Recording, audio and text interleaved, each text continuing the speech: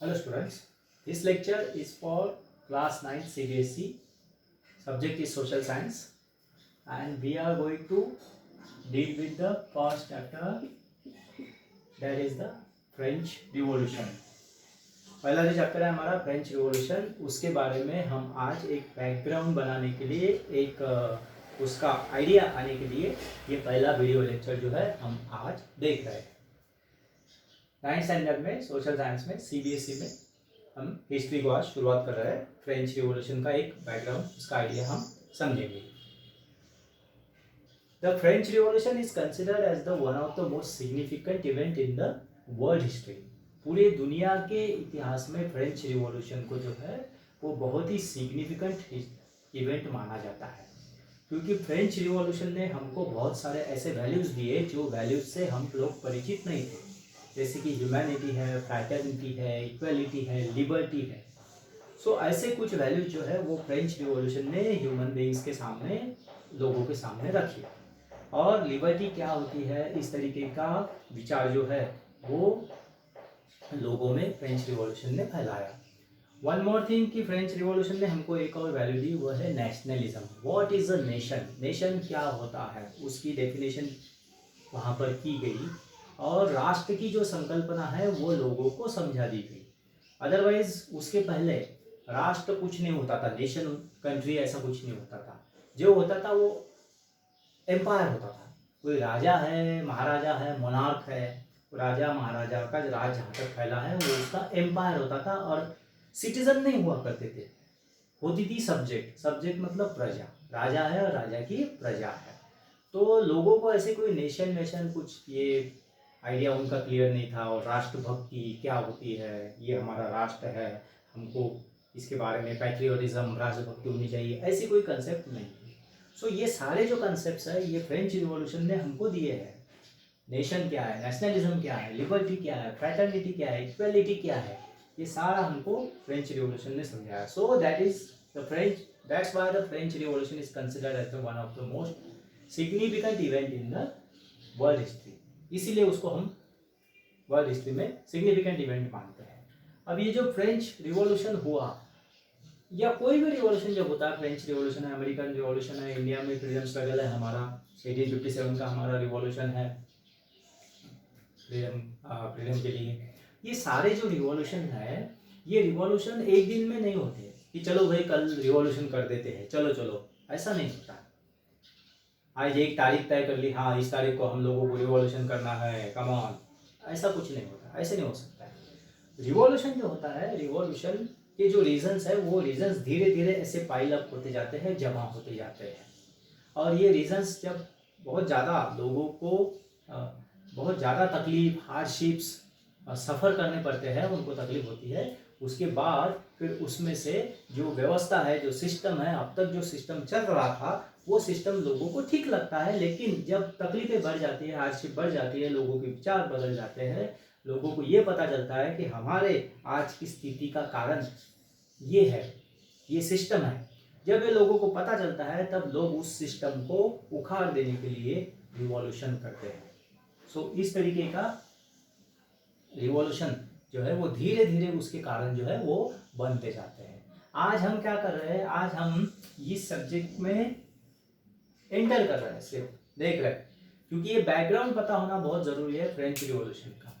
आज हमको French revolution पूरा लेसन आगे पढ़ना है, लेकिन आज उसका बैकग्राउंड जो है वो बहुत पता होना ज़रूरी है कि कैसे तैयार हुआ ये फ्रेंच रिवॉल्यूशन का माहौल। तो ये शुरुआत करते हैं हम बात लेट 18th सेंचुरी से, जो 18वीं शताब्दी थी, 1700 समथिंग, 1730, 40, 50, 60, उस जमाने की जो बात है वहाँ से हम लोग शुरू करते हैं। That is known as 18th century. अब 18th सेंचुरी में जो फ्रेंच सोसाइटी थी, वो फ्रेंच सोसाइटी कैसी थी, वो अगर हम समझेंगे तब हम फ्रेंच रिवॉल्यूशन को बहुत अच्छी तरीके से समझ सकेंगे। सो 18th सेंचुरी में, in the late 18th century, 18th century के सेकंड हाफ में, यानी 1750 के बाद की सिचुएशन हम लोग देख रहे हैं। सो फ्रांस में क्या हुआ, फ्रांस में 18th सेंचुरी में लुई 16वां लुई नाम का जो राजा है, अब वो राजा महाराजाओं के राज है ना, वो अपने उनके ग्रैंडफादर के नाम उनके ग्रैंड सन्स को रखे जाते हैं। First Louis, second Louis, third Louis, ऐसे करते करते वहाँ पे लुई आ गया 16, 16वां लुई, 16वें नंबर का लुई। लुई का बेटा, उसका नाम दूसरा, उसका बेटा, उसका नाम फिर से लुई। चलिए तो ऐसे 16वां Louis, Louis 16, he ascended the throne, वो वहाँ पे फ्रांस में राजा बना। और जब वो फ्रांस में राजा बना लुई 16, तो उसका स्वागत करने के लिए फ्रांस की तिजोरी थी वहाँ पर, ट्रेजर फ्रांस का, इतना बड़ा तिजोरी था फ्रांस का, पूरा खाली। वो राजा तो बना, लेकिन उसके लिए जो तिजोरी छोड़ के गए थे उसके पहले वाले राजा, पूरी खाली तिजोरी, कुछ नहीं था उसके तिजोरी में। He was welcomed by an empty treasure, वो एक खाली तिजोरी से उसका स्वागत किया गया। राजा बना लेकिन तिजोरी में कुछ नहीं है। France was reeling under debt, France के ऊपर बहुत सारा 1-2 मिलियन कितना वो लूट का उतना वो कर्जा चढ़ा हुआ था। राजा पे भी कर्जा होता है, राजा आने कोई हमारे जो कंसेप्ट है कि राजा है मतलब उसके पास सब कुछ है, ऐसा कुछ नहीं होता। तो यहाँ पे फ्रांस के राज्य पे भी कर्जा चढ़ा हुआ था, बहुत सारा कर्जा ले लेकर अब तक वो राज चला था।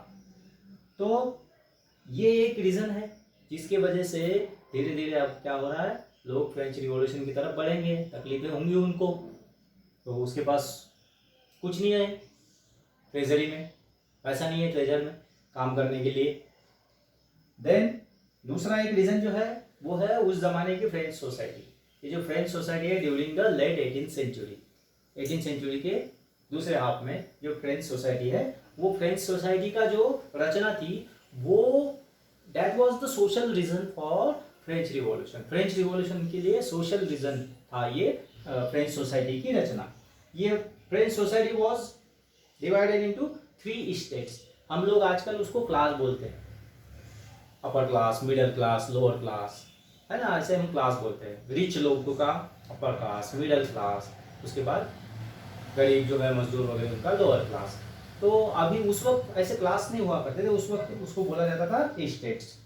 सो फर्स्ट स्टेट, समाज में सबसे ऊंचे दर्जे पर किनको देखा जाता था? समाज में सबसे ऊंचे दर्जे पर होते थे क्लर्गी। क्लर्गी मतलब जो पृष्ठ है, चर्च चलाने वाले लोग हैं, धर्म के ठेकेदार, जो धर्म वाले लोग हैं, वो सारे माने जाते थे क्लर्गी। और सेकंड स्टेट में आते थे सारे noblest, noble people, monarch, emperor, राजा, सरदार, फ्यूडल लॉर्ड्स, सर्फडम करने वाले अपने वो वाले सारे लोग आते थे सेकंड स्टेट में, सारे नोबल पीपल। और थर्ड स्टेट है, इसमें आते थे रिच बिजनेसमैन, बड़े फार्मर्स, छोटे farmers, peasants, workers, artisans, labours, सारे आते थे थर्ड स्टेट में।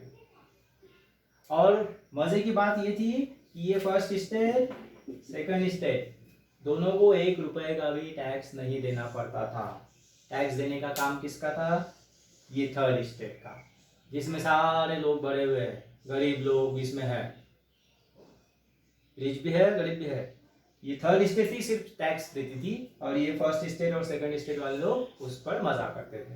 तो थर्ड स्टेट में सारे हैं, लेबर्स को भी टैक्स देना पड़ रहा, पीजेंट्स है, ऐसे फार्मर्स की जिनके पास खेती नहीं है, दूसरों की खेती पर काम कर रहे हैं, ऐसे फार्मर्स है, पीजेंट्स, उनको भी टैक्स देना पड़ रहा है।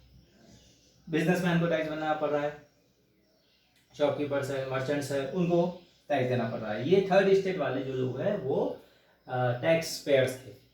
अब ये सोसाइटी की रचना की वजह से भी वहाँ पर थोड़ा सा क्या हुआ, सोशल अनरेस्ट, लोगों के मन में सोशल अनरेस्ट वहाँ पर पैदा हुआ। इसकी वजह से क्या हुआ, इसमें से एक शुरू हुआ स्ट्रगल फॉर सर्वाइवल। सर्वाइवल का स्ट्रगल, सर्वाइवल मतलब अब जिंदगी जीने के लिए ही आपको, सर्वाइव करने के लिए ही आपको स्ट्रगल करना पड़ रहा है।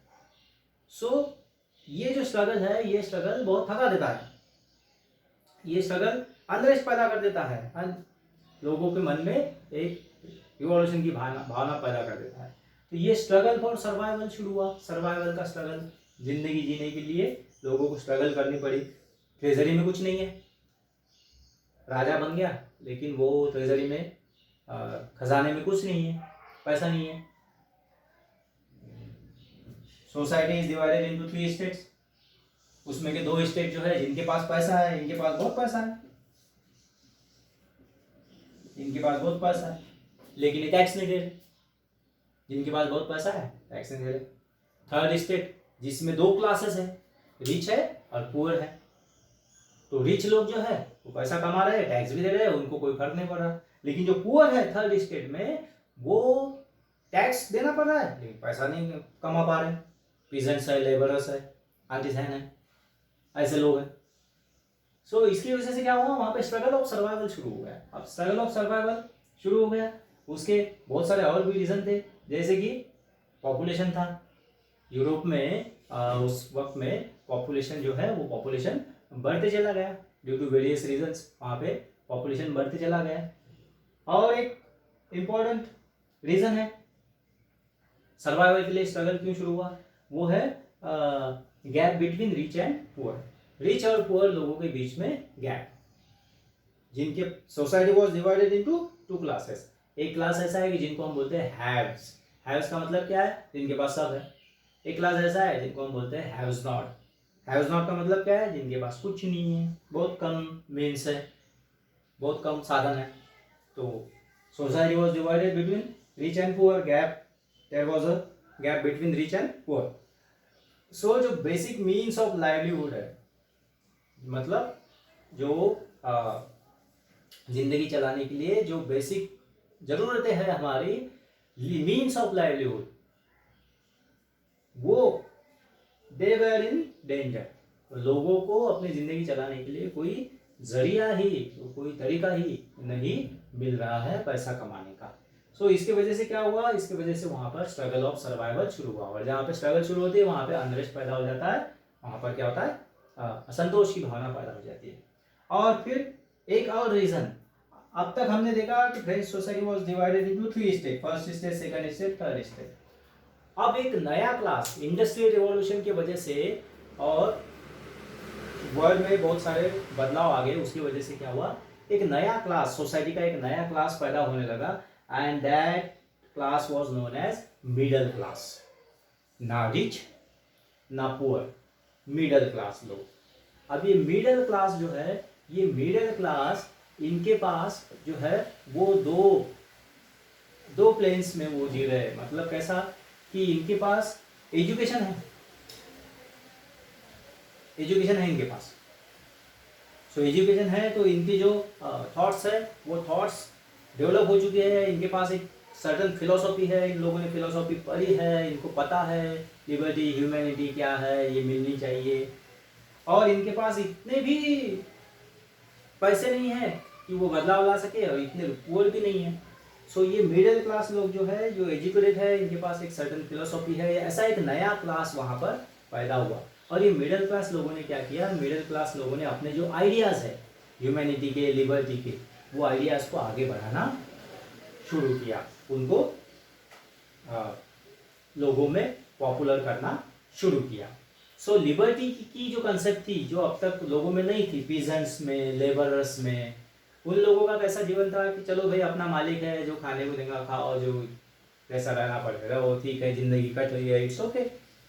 लेकिन मिडिल क्लास ने उनके मन में अपने लिखान से, अपने कथाओं से, कविताओं से, अपने भाषणों से उनके मन में लिबर्टी की भावना जो है वो जागरूक कर दी।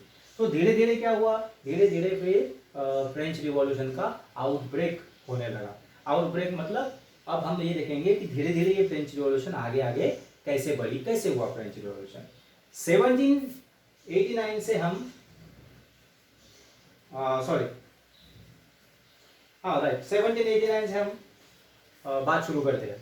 1789 में क्या हुआ, ये हमारे भाई साहब जो थे लुई 16, इन्होंने देखा कि खजाना खाली है, तो खजाना खाली है तो भाई साहब को चैन नहीं पड़ रहा, खजाना भरना है। अब खजाना कैसे भरेंगे, पैसा कहाँ से आएगा, पैसा आएगा टैक्सेस से। टैक्स कौन पे करेगा, ये है भाई थर्ड स्टेट वाले लोग, ये टैक्स पे करेगा। फिर हमारे लुई फिलिप हमारे भाई साहब ने क्या बोला, हमारे भाई साहब ने नेशनल असेंबली को बुलाया और उन्होंने वो बोला कि भाई वो नई न्यू टैक्स पॉलिसी और नए नए टैक्स जो है वो नए तरीके के टैक्स लोगों पे लगाओ, सो दैट हमारे पास ज़्यादा से ज़्यादा पैसा आना चाहिए। फिर वो 1789 में न्यू टैक्स पॉलिसी वहाँ पे फ्रेम की गई। सो उसके बाद लोगों में थोड़ा अनरेस्ट पैदा हो गया। लोगों में थोड़ा अनरेस्ट पैदा होने के बाद फिर क्या हुआ, 1791 में लोगों को थोड़ा शांत करने के लिए क्या किया, ये लुई फिलिप्स जो है हमारे भाई साहब के जो अधिकार है वो हमारे भाई साहब के अधिकार थोड़े कम कर दिए गए, राजा के अधिकारों को कम कर दिया गया और वहाँ पे कॉन्स्टिट्यूशनल मोनार्की आ गई। वो एक कॉन्स्टिट्यूशन बनाया गया देश का, कि देश कैसे चलेगा उसका एक रूल का बुक है, कॉन्स्टिट्यूशन संविधान जिसको हम बोलते हैं। You are quite aware of that. So constitution बनाया गया वहाँ पे और राजा के अधिकार कम कर दिए, कॉन्स्टिट्यूशन को, असेंबली को ज़्यादा अधिकार दिए और वहाँ पे जो मोनार्की थी, जो राजा था, उसको कॉन्स्टिट्यूशनल मोनार्क बोला गया, कि वो एक संविधान के अंतर्गत चलने वाला राजा। यानी जैसे कि अब हम देखते हैं इंग्लैंड में आज भी क्वीन है वहाँ पर और क्वीन का ही राज चलता है, लेकिन वहाँ पर कॉन्स्टिट्यूशन है और क्वीन जो है वो कॉन्स्टिट्यूशन को उसको मानना पड़ता है, क्वीन अपने मन से नहीं चल सकती। इन द सेम वे वहाँ पर जो कॉन्स्टिट्यूशनल मोनार्क बनाया गया कि ठीक है आप मोनार्क हो, राजा हो, बराबर है, लेकिन इस कॉन्स्टिट्यूशन के हिसाब से आपको चलना पड़ेगा। फिर वहाँ पे क्या हुआ, ये धीरे धीरे वो एक प्रयोग हो गया। फिर 1792 में वहाँ पे जो रिवॉल्यूशन हो गया, उस रिवॉल्यूशनरी लोगों ने क्या किया, रिवॉल्यूशनरी लोगों ने लुई फिलिप्स और उसकी पत्नी दोनों को एग्जीक्यूट कर दिया, उनको वहाँ पे ख़त्म कर दिया। वहाँ पे जो बैस्टिले का जो वहाँ पे एक ये था प्रिजन जेल था, उस जेल पे अटैक हुआ, लोगों को छुड़ाया गया। फिर वो लोग बाहर आए, उन्होंने रिवॉल्यूशन किया, लुई फिलिप्स और उसकी पत्नी को मार दिया और वहाँ पे क्या हुआ, वहाँ पे पहला रिपब्लिक बन गया, अपना पब्लिक का राज, लोगों का राज। So the first republic was installed. तो यहाँ तक तो सब ठीक चल रहा है, मस्त चल रहा है। अब तक तो हमको ठीक लग रहा है कि चलो भाई फ्रेंच रिवॉल्यूशन सक्सेसफुल हो गई, रिपब्लिक आ गया, मतलब अब राजा महाराजाओं का राज खत्म हुआ, अभी पब्लिक का राज आ गया। लेकिन ये जो रिपब्लिक है, दैट रिपब्लिक 1793 से 1794 तक वो चला और that republic was known as reign of terror. डर का राज माना गया उसको, डर। रिपब्लिक लोगों का राज जो है वो तो कैसा होना चाहिए कि लोगों को उसमें शांति मिलनी चाहिए, लेकिन ये this republic was known as reign of terror, डर का राज माना गया उसको। उसमें वो जो रॉबेस्पियर नाम के साहब थे, जो कि रिपब्लिक के हेड बने थे, उन रॉबेस्पियर नाम के साहब ने उन्होंने क्या किया, उन्होंने जिन पे भी शक आता था उनको पकड़ के उनको अरेस्ट करना उन्होंने शुरू किया। सो लोगों में फिर से इस रिपब्लिक के विरुद्ध लोगों के मन में एक असंतोष की भावना, फिर से अनरेस्ट पैदा हो गया। और 1795 में ये जो जैकोबिन क्लब द्वारा ये रिपब्लिक स्थापन किया गया था, जैकोबिन क्लब द्वारा स्थापन किया गया हुआ रिपब्लिक 1795 में क्या हो गया, उसको ओवरथ्रो कर दिया, मतलब उसको वहाँ से हटा दिया गया। और फिर वहाँ पे 1795 में जो रिवॉल्यूशन है वो रिवॉल्यूशन एंड हो गया और वहाँ पे फिर से एक मोनार्क बन गए। और वो मोनार्क जो है वो हिस्ट्री में बहुत फेमस है, पॉपुलर है, अच्छे भी थे वो मोनार्क थे नेपोलियन बोनापार्ट। सो नेपोलियन ने क्या किया, ये जो जैकोबिन क्लब द्वारा बनाया गया ये रिपब्लिक था, उस रिपब्लिक को हटा दिया और खुद वहाँ पर वो एम्परर मोनार्क बन गए। सो इन दिस वे ये जो फ्रेंच रिवॉल्यूशन का जो पूरा बैकग्राउंड, उसका आउटब्रेक और वो कैसे फेल हो गया, इसकी ओवरऑल एक सेंटर आइडिया हमने आज के इस लेक्चर में लिए। अब नेक्स्ट लेक्चर में हम इसको डिटेल में पढ़ेंगे। I hope you understand. कोई क्वेरीज होंगी तो आप कमेंट करो। Okay, thank you.